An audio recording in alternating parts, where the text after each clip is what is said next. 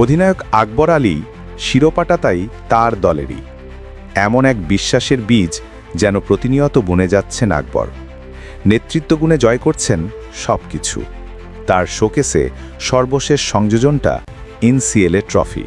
তার হাত ধরেই আবারও যে চ্যাম্পিয়ন রংপুর বিভাগ। অনূর্ধ্ব-19 থেকেই যে কথাটা চর্চা হয়ে আসে তা আকবর জাতে নেতা। তার হাতেই যে সেবার উঠেছিল যুবাদের অধরা বিশ্বকাপ শিরোপা। সেই থেকে চলছে আকবরের একের পর এক অভিযান।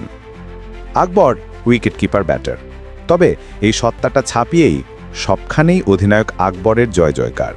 তার সাফল্যের খাতাটা একটু খতিয়ে দেখলেই সবটা পরিষ্কার হয়ে যায় নেতা হিসেবে কেন তিনি গ্রেট।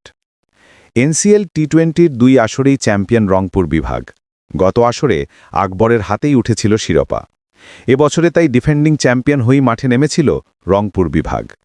তবে নামে ভারের বিচারে রংপুরকে চ্যাম্পিয়ন হিসেবে কেউ বোধহয় ভাবেনি এবার। তবে আকবর দেখেছিলেন চ্যাম্পিয়ন হওয়ার স্বপ্নটা। নীরবে তার দলকে আগলে রেখে করে গেছেন নিজেদের কাজটা। একটা বিশ্বাস, আমরা পারবই, সবাইকে এই মন্ত্রটাই শিখিয়ে দিয়েছিলেন আকবর। তাতেই দ্বিতীয়বারের মতো শিরোপা ঘরে তোলে তার দল। মাঝে স্বল্প সময়ের বিরতি দিয়ে এরপর এনসিএলের 4 দিনের সংস্করণে মাঠে নামলেন। দীর্ঘ এক লড়াই শেষে শিরোপাটা নিজেদের করে নিলেন এবারও।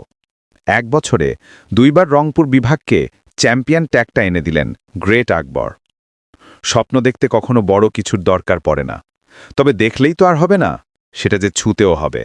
তার জন্য সঠিক পথ খুঁজে নিতে হয়, অধ্যাবসায় আর সাহস বুকে নিয়ে এগিয়ে যেতে হয়।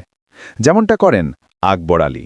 তিনি স্বপ্ন দেখতে জানেন, দেখাতে জানেন,